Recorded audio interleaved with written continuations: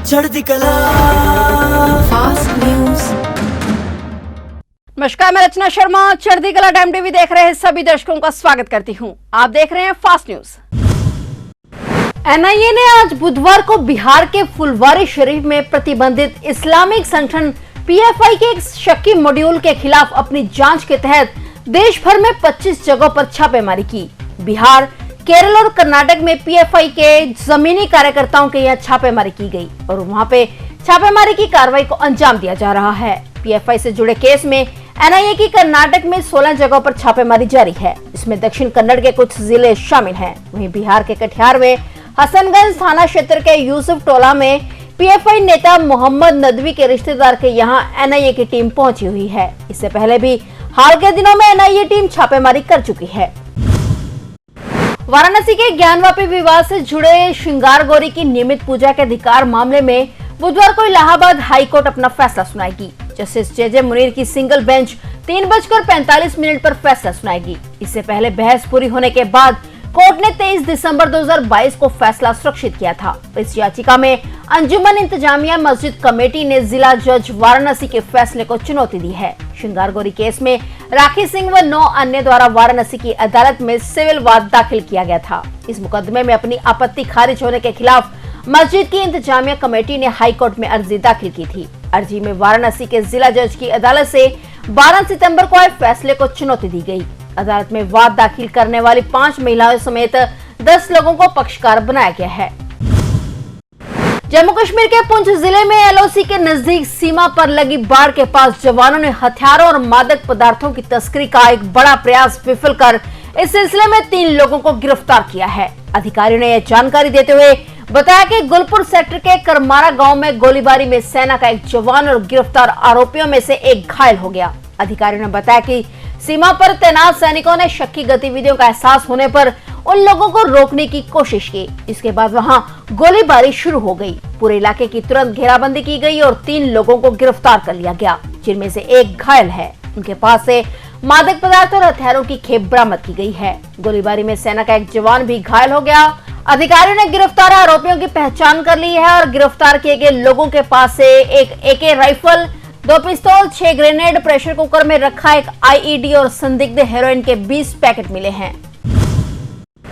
राजस्थान में इस साल के अंत में होने वाले विधानसभा चुनावों को लेकर निर्वाचन आयोग की ओर से डंका बजना भी बाकी है, लेकिन विभिन्न पार्टियों के राष्ट्रीय नेताओं के दौरे और जनसभाएं शुरू हो चुकी हैं। पीएम नरेंद्र मोदी भी लगातार राजस्थान पर फोकस किए हुए हैं। प्रधानमंत्री नरेंद्र मोदी आज बुधवार को भी फिर से राजस्थान के दौरे पर हैं। पीएम मोदी इस बार अजमेर के साथ साथ विश्व भर में तीर्थ नगरी के रूप में प्रसिद्ध पुष्कर भी जाएंगे। वहां वे प्रसिद्ध ब्रह्म मंदिर में दर्शन और पूजा अर्चना करेंगे। पीएम मोदी का पिछले 8 महीने में राजस्थान का यह छठा दौरा है। दिल्ली के शाहबाद के डेयरी में हुए हत्याकांड की गुत्थी को पूरी तरह से सुलझाने के लिए पुलिस हर संभव कोशिश कर रही है। दिल्ली पुलिस ने जब आरोपी साहिल का साइको एनालिसिस टेस्ट करवाने की तैयारी कर ली है। दिल्ली पुलिस के सूत्रों ने बताया कि टेस्ट के जरिए साहिल के दिमाग, उसके रहन सहन और उसकी दिनचर्या, हॉबीज और सब चीजों का लेखा जोखा इकट्ठा किया जाएगा। बता दें कि दिल्ली के ही श्रद्धा वालकर हत्याकांड में आरोपी आफ्ताब पूनावाला का भी यही टेस्ट करवाया गया था। पुलिस जांच में सामने आया कि आरोपी साहिल ने भी लड़की को मारने की पहले ही प्लानिंग की थी। आरोपी और लड़की में पहले लड़ाई हुई थी और इसी वजह से वह खार खाए हुए था। बाद में जब लड़की दोस्त के घर बर्थडे पर जा रही थी तो साहिल ने चाकू से उसकी हत्या कर दी थी। मामले में साहिल के दोस्तों की भूमिका भी पुलिस जांच कर रही है और साहिल के कई दोस्त पुलिस के रडार पर हैं। उनसे पूछताछ जारी है। केंद्रीय गृह मंत्रालय द्वारा हरी झंडी मिलने के बाद श्रोमणी गुरुद्वारा प्रबंधक कमेटी के आम चुनावों की तैयारियों की प्रक्रिया शुरू हो गई है। गुरुद्वारा चुनाव के चीफ कमिश्नर द्वारा पंजाब सरकार को पत्र भेजकर वोटर सूचियां अपडेट करने को कहा गया है। चीफ कमिश्नर गुरुद्वारा चुनाव जस्टिस SS सारो ने पंजाब सरकार के मुख्य सचिव व अन्य संबंधित अधिकारियों को पत्र भेजते हुए लिखा है कि SGPC के नए बोर्ड का गठन करने के लिए चुनाव करवाए जाने के लिए जिसके लिए वोटर सूचियां तैयार व अपडेट किए जाने की जरूरत है। कमेटी के अध्यक्ष पद के आम संभावित चुनाव करीब 7 वर्ष की देरी से होंगे। इससे पूर्व यह चुनाव वर्ष 2011 में हुए थे और फिर वर्ष 2016 में होने थे। पंजाब की आम आदमी पार्टी की सरकार ने पिछले साल नवंबर महीने में श्रोमणी गुरुद्वारा प्रबंधक कमेटी के आम चुनाव करवाने के लिए केंद्र सरकार को सिफारिश की थी। इसके लिए सरकार ने अकाली दल अमृतसर के एसजीपी से चुनाव करवाने की मांग को आधार बनाया था। वर्तमान में कमेटी के अध्यक्ष हरजिंदर सिंह धामी हैं। पंजाब के मुख्यमंत्री भगवंत मान द्वारा यहां स्कूल ऑफ एमिनेंस के विद्यार्थियों से वर्चुअल मीटिंग की गई है। इस दौरान करीब 94 स्कूल शामिल थे। मुख्यमंत्री ने विद्यार्थियों से बातचीत करते हुए कहा कि यह बच्चे बहुत खुश लग रहे हैं। उन्होंने विद्यार्थियों से कहा कि मुकाबला सख्त है और इस दौरान ही होशियार बच्चे निकल कर सामने आते हैं। हमारी सरकार भी 100% नतीजों वालों स्कूलों की तरफ विशेष ध्यान देगी। इसके साथ ही उन्होंने बच्चों को कहा कि लुधियाना में साइकिल, कपड़े आदि किस प्रकार तैयार किए जाते हैं, यह सभी बच्चों को दिखाया जाएगा, क्योंकि यह किसी को नहीं पता कि इन बच्चों से उठकर भविष्य में कोई इन कंपनियों का एमडी बन जाए। बच्चों ने भी मुख्यमंत्री के साथ सवाल जवाब किए। मुख्यमंत्री मान ने बच्चों को छुट्टियों के दौरान पढ़ाई करने की हिदायत दी और कहा कि छुट्टियों में सब कुछ भूलना नहीं, बल्कि हर काम के साथ साथ पढ़ाई भी करनी जरूरी है।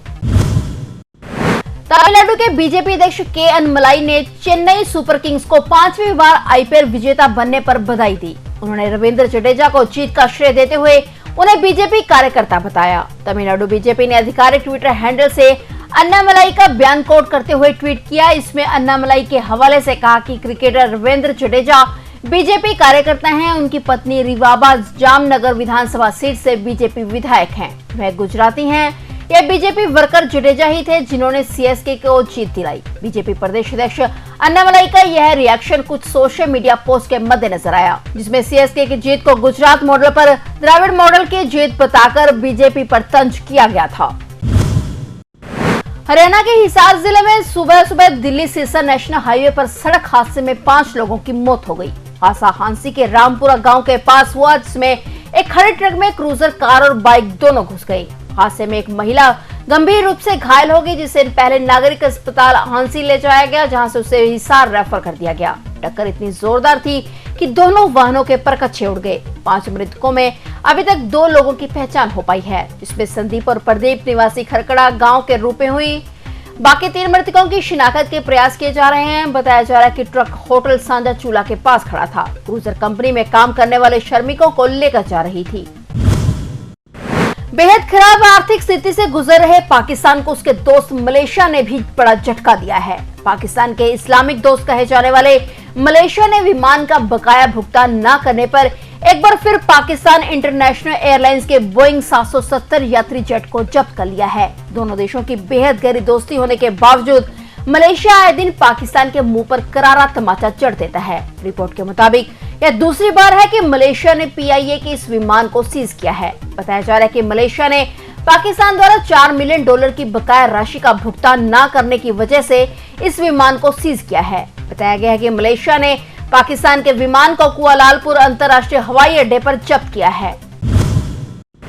मॉनसून का इंतजार कर रहे लोगों के लिए बड़ी खुशखबरी है। मॉनसून 19 मई से अंडमान निकोबार द्वीप समूह के ऊपर अटका हुआ था, लेकिन अब उसने रफ्तार पकड़ ली है और देश के ज्यादातर हिस्सों में 15 जून से झमाझम बारिश शुरू होने की संभावना है। मौसम विज्ञान विभाग के अनुसार मानसून को 22 से 26 मई तक अंडमान निकोबार द्वीप समूह को पार करते हुए बंगाल की खाड़ी में बढ़ जाना चाहिए था, लेकिन मानसून अटक गया था और उस स्थिति में 31 मई को पहुंचा। मानसून की गति को देखते हुए मौसम विभाग ने अनुमान लगाया है कि मानसूनी बारिश 1 जून को केरल और तमिलनाडु, 5 जून तक कर्नाटक, आंध्र प्रदेश और पूर्वोत्तर में शुरू हो जाएगी। मानसून 10 जून तक महाराष्ट्र और तेलंगाना पहुंच जाएगा और इसके साथ ही 15 जून से गुजरात, मध्य प्रदेश, छत्तीसगढ़, झारखंड, ओडिशा, बंगाल, बिहार और उत्तर प्रदेश के ज्यादातर हिस्सों में झमाझम मानसूनी बारिश शुरू हो जाएगी। राजस्थान, हरियाणा, पंजाब, उत्तराखंड, हिमाचल और जम्मू कश्मीर में मानसूनी बारिश 20 जून से शुरू हो जाएगी। यह दौर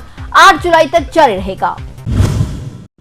फिलहाल फास्ट न्यूज में इतना ही और नए समाचारों के साथ फिर से हाजिर होंगे। तब तक के लिए देखते रहिए चढ़ती कला टाइम टीवी।